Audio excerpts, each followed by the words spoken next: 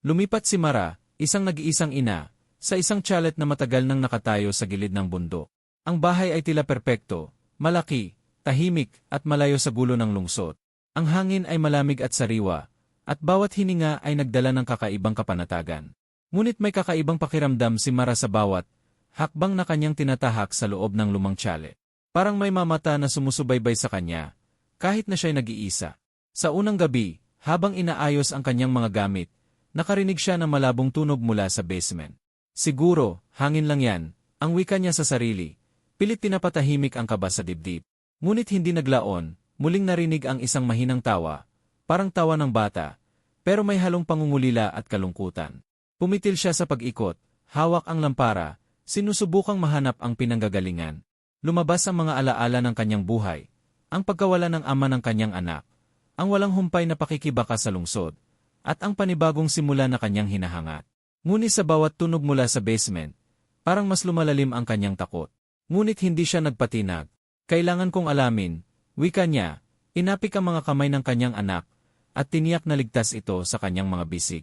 Dahan-dahan niyang binuksan ang pinto ng basement. Ang madilim na silid ay tila walang katapusan. Halos kitang-kita lamang sa liwanag ng lampara.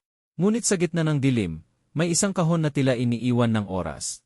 Lumapit si Mara, at sa bawat hakbang ay tumitibok ang kanyang puso ng mas mabilis. Nang buksan niya ang kahon, nakita niya ang lumang laruan at mga sulat. Mga sulat mula sa isang batang hindi niya kilala, puno ng pangarap, takot, at pag-asa. Bigla, narinig niya muli ang tawa. Ngunit sa pagkakataong ito, hindi ito nakakatakot. Parang isang paanyaya na intindihin ang nakaraan, at yakapin ang hindi pa tapos na kwento. Niyakap ni Mara ang kahon, at sa bawat pahina ng mga liham, ay tila nakikipag-usa siya sa isang batang nawawala sa panahon. Sa gitna ng lungkot, unti-unting lumitaw ang tapang sa kanyang mga mata. Hindi siya nag-iisa. May kwento siyang kailangan tapusin, at ang anak niya ay kasama niya sa bawat hakbang. Sa mga sumunod na araw, nagsimula siyang maglinis at mag-ayos ng basement, ginawang ligtas at puno ng liwanag. Ang tawa na dati nakakakilabot, ngayon ay naging paalala ng presensya ng mga alaala at pag-asa. Bawat araw ay puno ng pagtuklas, lumang larawan, mga pangarap, at lihim na kwento ng dating nakatira sa chalet. Unti-unti, naramdaman ni Mara na hindi lang siya nag-aalaga ng anak niya, kundi pati na rin ang nakalimutang kwento ng nakaraan. Ngunit isang gabi, habang natutulog ang anak niya, muling narinig ang tawa. Mas malakas, mas malinaw, ngunit may kakaibang lambing. Dali-dali siyang bumaba sa basement. Sa liwanag ng lampara, nakita niya ang isang maliit na silid na hindi niya napansin. Sa loob, isang maliit na araw ng bata ang nakaupo, ngumingiti sa kanya. Ngunit bago pa man niya may tanong, naglaho ito sa hangin, parang alaala lamang. Hindi natakot si Mara. Bagkus, naramdaman niya ang kapayapaan. Naunawaan niya na ang tawa ay paalala ng buhay na nagpatuloy, kahit sa gitna ng kawalan. Ang chalet ay hindi lang simpleng bahay, kundi isang tahanan na puno ng nakaraan, pangarap, at lihim na naghihintay lamang ng tamang tao para pakinggan at pangalagaan. Bawat araw mula noon ay naging paglalakbay ng pagtuklas. Ang basement na dati kakilakilabot, ngayon naging sentro ng kanilang kwento. Kwento ng pag-asa, tapang, at pagmamahal. Nalaman niya na ang tawa ay hindi para takutin siya, kundi para gabayan siya patungo sa mas maliwanag na bukas. Isang hapon, habang naglalaro ang kanyang anak sa ilalim ng liwanag ng araw na sumisili sa bintana ng basement, ngumiti si Mara. Ang chalet, na dati tahimik at malamig, ngayon ay puno ng init at buhay. Alam niya na sa kabila ng mga takot at alaala, ang pagmamahal at tapang ay laging mananalo. At bawat tawa mula sa dilim, ay patunay lamang na kahit sa mga pinakamadilim na sulok, may liwanag na naghihintay. Lumipas ang mga buwan, at ang chalet ay naging simbolo ng bagong simula. Si Mara at ang anak niya ay natutong tanggapin ang nakaraan, yakapin ang kasalukuyan, at maglano para sa hinaharap. At sa bawat gabi, bago matulog, madalas niyang marinig ang mahinang tawa mula sa basement. Ngunit ngayon, ito'y isang paalala na sila'y hindi nag-iisa. Na bawat tahanan, kahit gaano man kaluma o kalayo sa mundo, ay may kwento, at bawat kwento ay may taong handang pakinggan at mahalin ito. Patuloy ang kwento ni Mara. Matapos ang ilang buwan sa chalet, unti-unti niyang naramdaman na may mas malalim pa palang misteryo ang basement. Isang gabi, habang natutulog ang anak niya, muling narinig niya ang tawa, ngunit mas malinaw at mas malapit. Dali-dali siyang bumaba, hawak ang lampara. Ang dating maliit na silid ay tila lumawak at nagbukas ng bagong daan, patungo sa isang lumang pintuan na hindi niya napansin noon.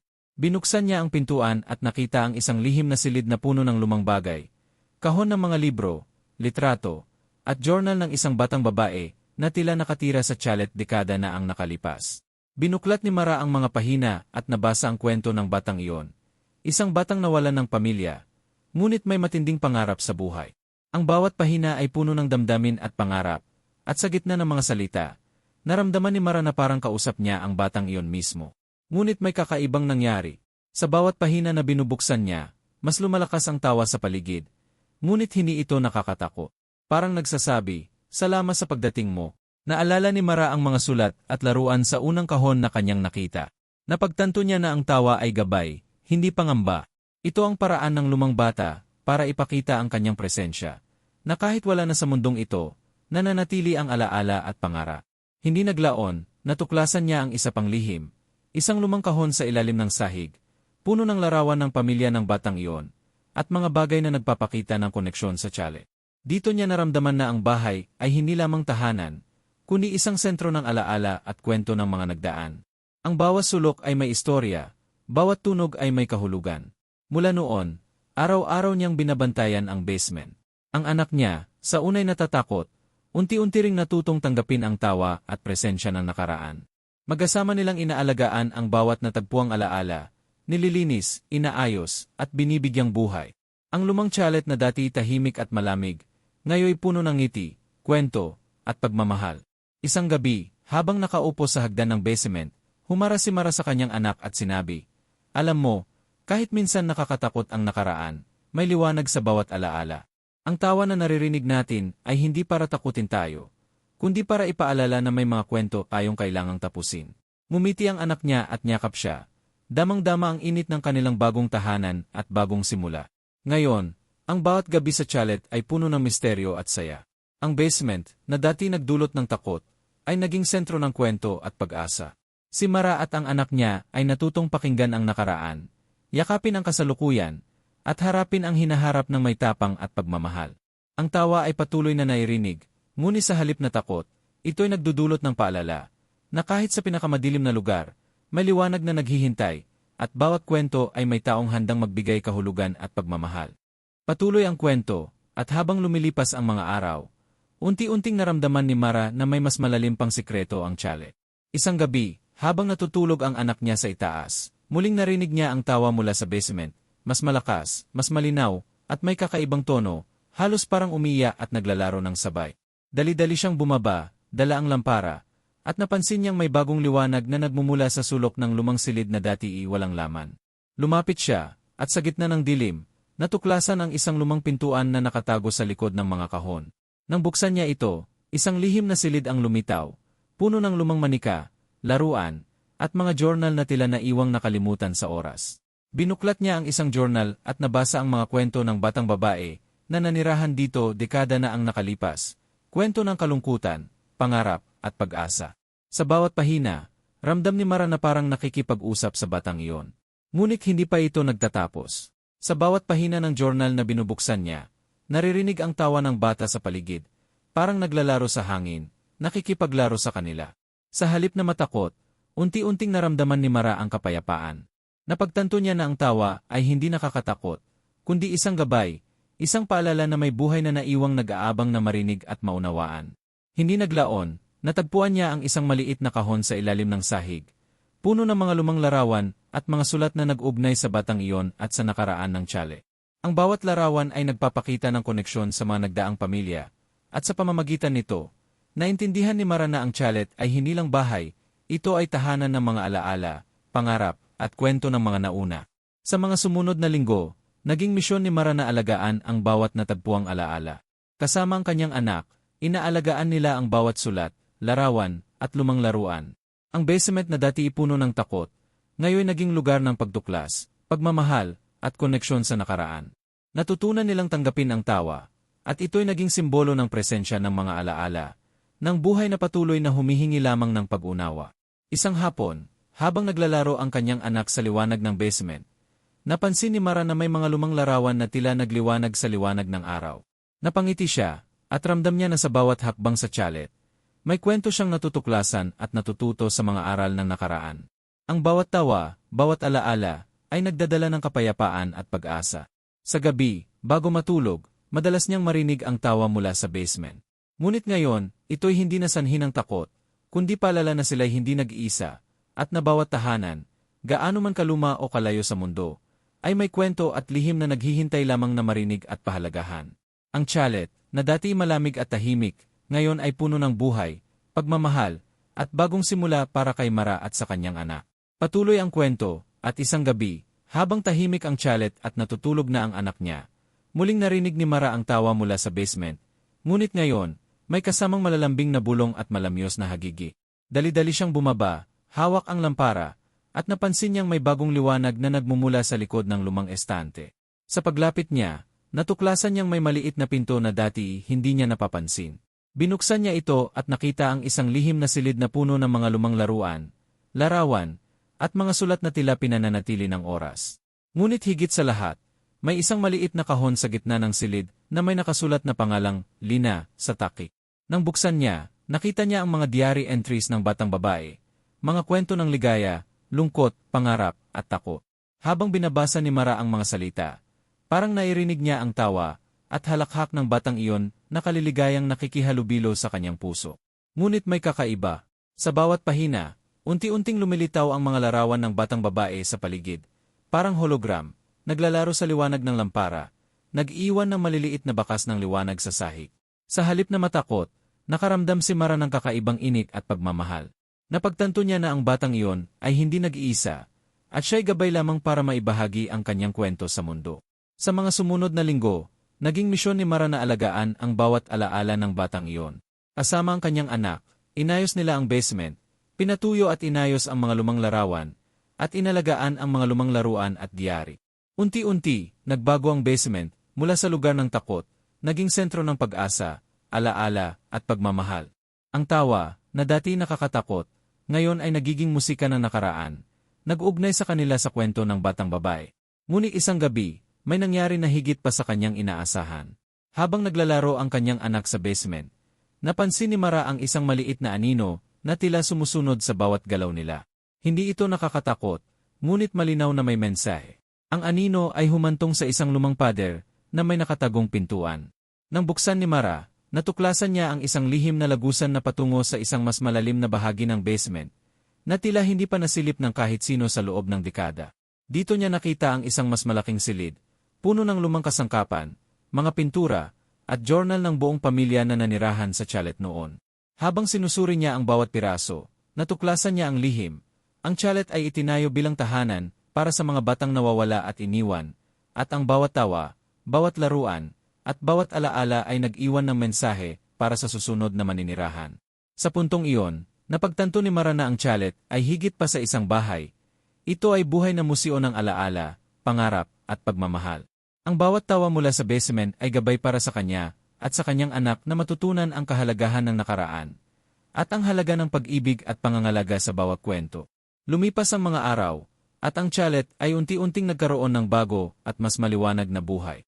Si Mara at ang kanyang anak ay natutong tanggapin ang bawat lihim, yakapin ang bawat alaala, at lumikha ng kanilang sariling kwento. Ang basement, na dati puno ng misteryo, ngayon ay simbolo ng pag-asa, tapang, at pagmamahal. Ang tawa ay patuloy na nairinig, ngunit sa halip na takot, ito'y nagdudulot ng paalala, na kahit sa pinakamadilim na sulok ng buhay, may liwanag na naghihintay, at may kwento na kailangang marinig at pahalagahan. Patuloy ang kwento, at habang lumalalim ang gabi, isang kakaibang pangyayari ang naganap. Habang natutulog ang anak ni Mara sa itaas, narinig niya ang tawa mula sa basement, mas malinaw at mas malinaw, halos parang umiikot sa buong bahay. Ang lampara sa kamay niya ay biglang kumislap, at may malamig na hangin na dumaan sa silid. Ngunit sa halip na matakot, ramdam niya ang kakaibang tawag. Parang sinasabi sa kanya na may kailangang tuklasin sa pinakalalim ng basement. Dahan-dahan siyang bumaba, sinusundan ang tunog. Natagpuan niya ang lumang lagusan na dati, hindi niya napansin. Ang pader ay puno ng lumang pinta at guhit, tila mga simbolo at mensahe na inilaan para sa isang naiintindihan lamang. Sa gitna ng silid, may isang lumang salamin na may bahagyang putik sa gilid. Nang siya'y lumapit, nakita niya ang refleksyon. Hindi lamang siya at ang anak niya, kundi isang maliit na batang babae na nakangiti sa likod nila. Nagulat si Mara, ngunit hindi siya natakot. Ang batang iyon ay nagpakita lamang ng isang maliit na kamay, Tila nag-aanyaya sa kanya na sundan ang lihim na pintuan sa likod ng salamin. Nang buksan niya ito, natagpuan niya ang isang lihim na silid na puno ng lumang kagamitan, libro, at journal. Ang bawat pahina ay puno ng kwento ng batang babae na tila nakatira sa chalet dekada na ang nakalipas. Ngunit sa gitna ng kwento, may nakasulat na kakaibang mensahe. Salamat sa pagdating mo. Ang kwento ay magpapatuloy sa iyo at sa anak mo. Sa puntong iyon, naramdaman ni Mara ang kakaibang koneksyon. Ang tawa, ang lihim na silid, at ang batang babae ay bahagi ng isang kwento na patuloy na nabubuhay sa chalet. Hindi lamang alaala ng nakaraan, kundi gabay para sa kanyang hinaharap at sa anak niya. Ang basement na dati puno ng misteryo at takot, ngayon ay nagiging sentro ng pag-asa at pagmamahal. Sa mga sumunod na linggo, mas naging malapit si Mara sa anak niya. Magkasama nilang inaalagaan ang bawat lumang diary, laruan, at larawan. Ang bawat tawa na naririnig nila ay nagiging simbolo ng presensya ng nakaraan. Ngunit higit sa lahat, paalala na may kwento na patuloy na nagbubuklod sa kanila. Ngunit isang gabi, bago matapos ang kwento, may nangyari na higit pa sa inaasahan. Ang anak niya, habang naglalaro sa basement, ay biglang tumingin sa isang sulok at ngumiti. "Nanay, nairinig mo ba siya?" Anong ng bata. Si Mara ay tumingin sa paligid, at sa liwanag ng lampara, nakita nila pareho ang isang maliit na anino, naglalaro, tumatawa, ngunit hindi nakakatako. Ang anino ay tila nag-anyaya sa kanila na ipagpatuloy ang kwento, at sa puntong iyon, naunawaan nila na ang chalet ay buhay, puno ng mga alaala, at patuloy na nag-aanyaya ng pagmamahal at tapang. Sa wakas, napagtanto ni Mara na ang tawa at mga lihim ng basement ay hindi para takutin sila, kundi para ituro ang kahalagahan ng pagtanggap sa nakaraan, pagmamahal sa kasalukuyan, at pag-asa sa hinaharap. Ang chalet, na dati tahimik at malamig, ngayon ay puno ng liwanag, buhay, at bagong simula para sa kanila. Patuloy ang kwento at naramdaman ni Mara na malapit na niyang matuklasan ang pinakadilim na lihim ng chalet. Isang gabi, habang tahimik ang paligid at natutulog ang anak niya sa itaas, muling narinig niya ang tawa mula sa basement. Ngunit ngayon ay may kasamang malamyos na himig, parang musika na bumabalot sa bawat sulok ng bahay. Ang lampara sa kanyang kamay ay kumislap, at may malamig na hangin na dumaan, na para bang may nag-aanyaya sa kanya na sundan ang tunog. Dahan-dahan siyang bumaba sa basement, at napansin niya ang lumang pinto sa ilalim ng hagdan na dati nakatago sa dilim. Nang buksan niya ito, isang lihim na lagusan ang lumitaw, mas malalim at mas misteryoso kaysa sa dati. Ang hangin sa loob ay may kakaibang amoy, halong alikabok, lumang kahoy, at isang mahiwagang presensya.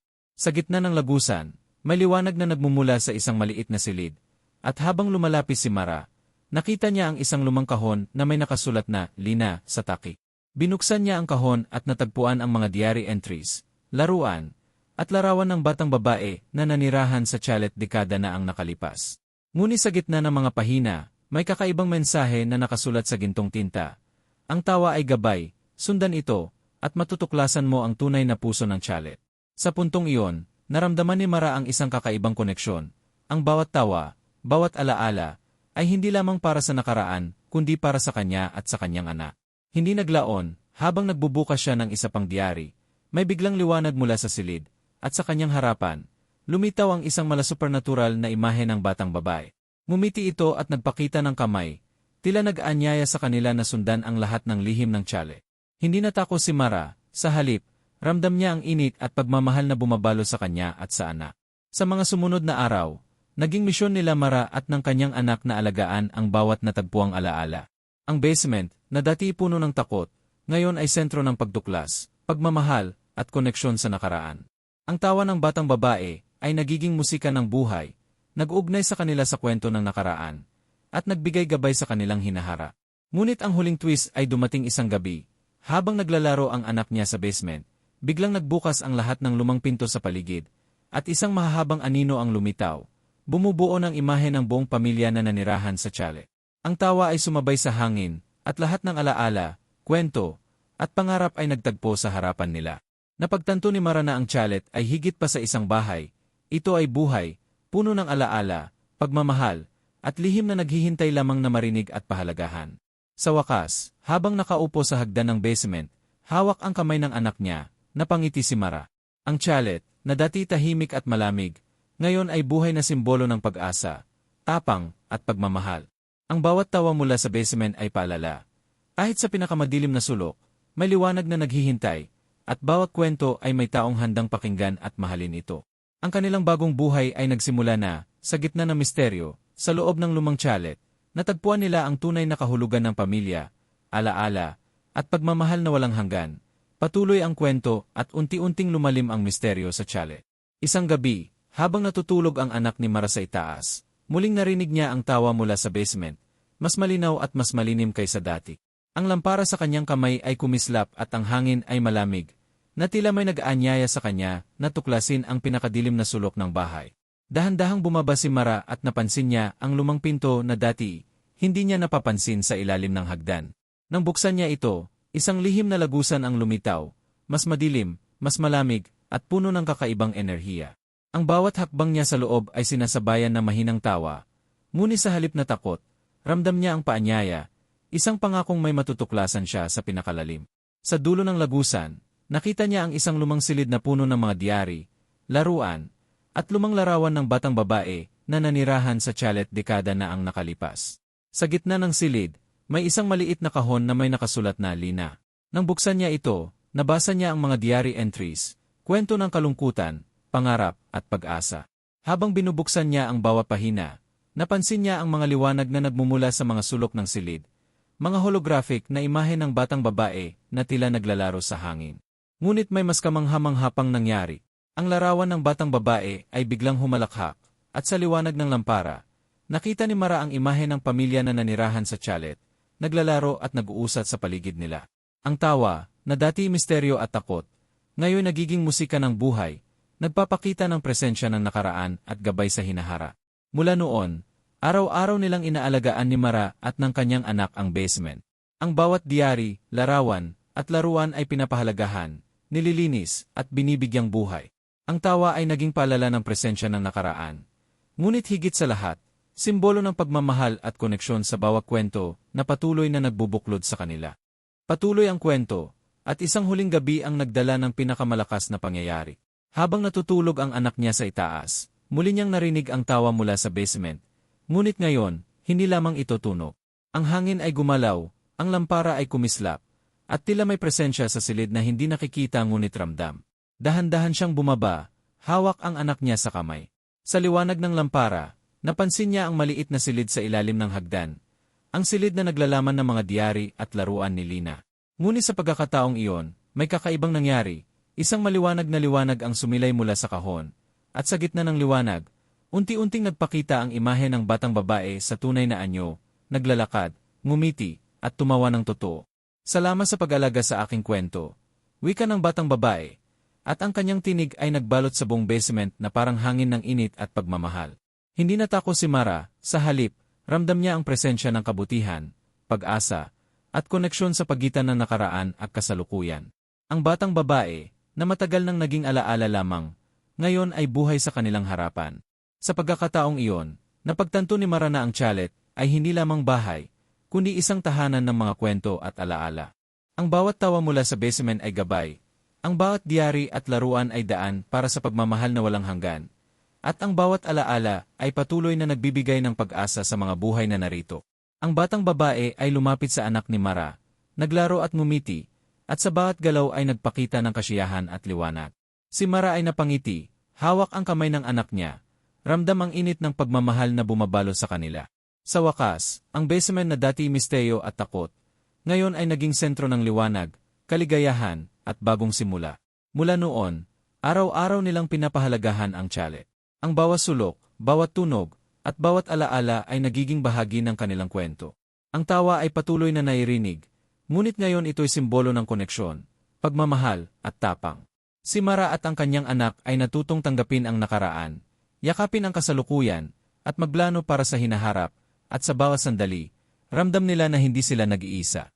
Sa wakas, ang chalet, na dati tahimik at malamig, ay naging buhay, isang tahanan na puno ng alaala, pagmamahal, at walang hanggang liwanag.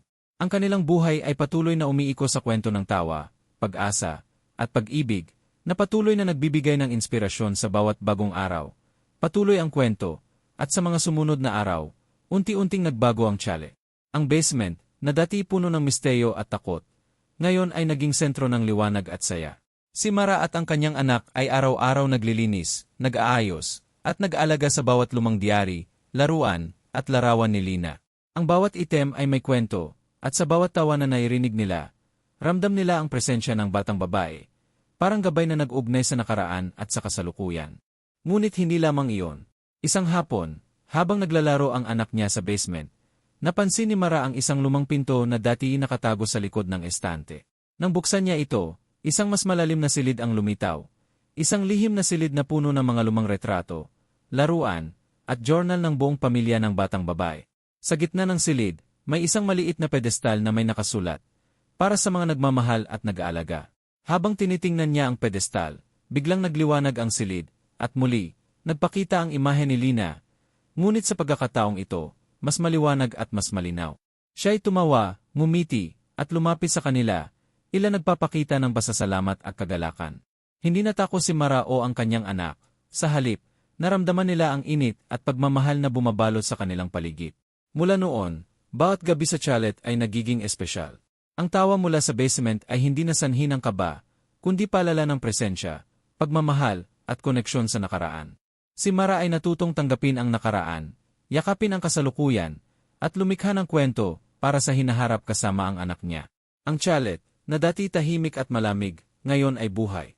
Ang bawat silid ay puno ng alaala at pag-asa. Ang basement, na dating pinagmumulan ng misteryo, ay naging sentro ng kwento, pagmamahal, at liwanag. Si Mara at ang kanyang anak ay natutong pakinggan ang nakaraan, pahalagahan ang kasalukuyan, at yakapin ang hinaharap. Sa huli, natutunan nila na ang bawat tawa, bawat alaala, at bawat lihim sa chalet ay may kahulugan, isang paalala na kahit sa pinakamadilim na sulok, may liwanag, may pagmamahal, at may kwento na naghihintay lamang na marinig at mahalin. Ang kanilang bagong buhay ay nagsimula sa gitna ng lumang chalet, puno ng pag-asa, pagmamahal, at walang hanggang liwanag. Ang chalet ay hindi lamang bahay, kundi tahanan ng mga kwento, alaala, at pagmamahal na patuloy na nagbibigay inspirasyon at kagalakan sa bawat araw. Patuloy ang kwento, at dumating na ang huling gabi ng kakaibang karanasan sa chalet. Si Mara at ang kanyang anak ay nasa basement, pinag-aaralan ang mga lumang diary at laruan ni Lina.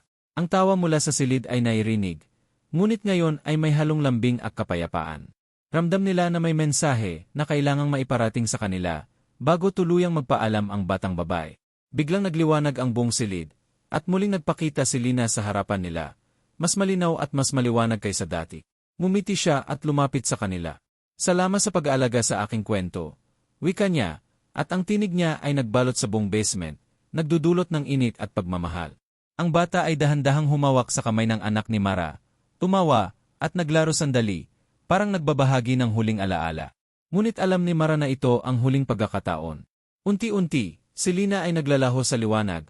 Ang bawat hakbang ay nag-iwan ng maliliit na sparkle sa hangin, paalala ng presensya at pagmamahal. Huwag kayong matakot, bulong ni Lina bago tuluyang mawala. Ang kwento ay magpapatuloy sa inyo at sa mga susunod na darating. Sa sandaling iyon, ramdam ni Mara at ng kanyang anak ang buong basement na puno ng kapayapaan. Ang mga diary, larawan, at laruan ay naging tanda ng presensya ni Lina. At ang tawa ay patuloy na nagiging simbolo ng liwanag, pagmamahal, at pag-asa. Ang chalet, na dati tahimik at malamig, ngayon ay naging tahanan ng kwento, alaala, at walang hanggang pagmamahal. Si Mara ay huminga ng malalim, hawak ang kamay ng anak niya, at napangiti. Alam niya na ang bawat lihim at kwento sa chalet ay nagbigay sa kanila ng tapang at inspirasyon. Ang basement, na dating misteryo at takot, ngayon ay sentro ng liwanag at pagmamahal. Sa wakas, natutunan nila na ang bawat tawa, bawat alaala, at bawat lihim ay may kahulugan.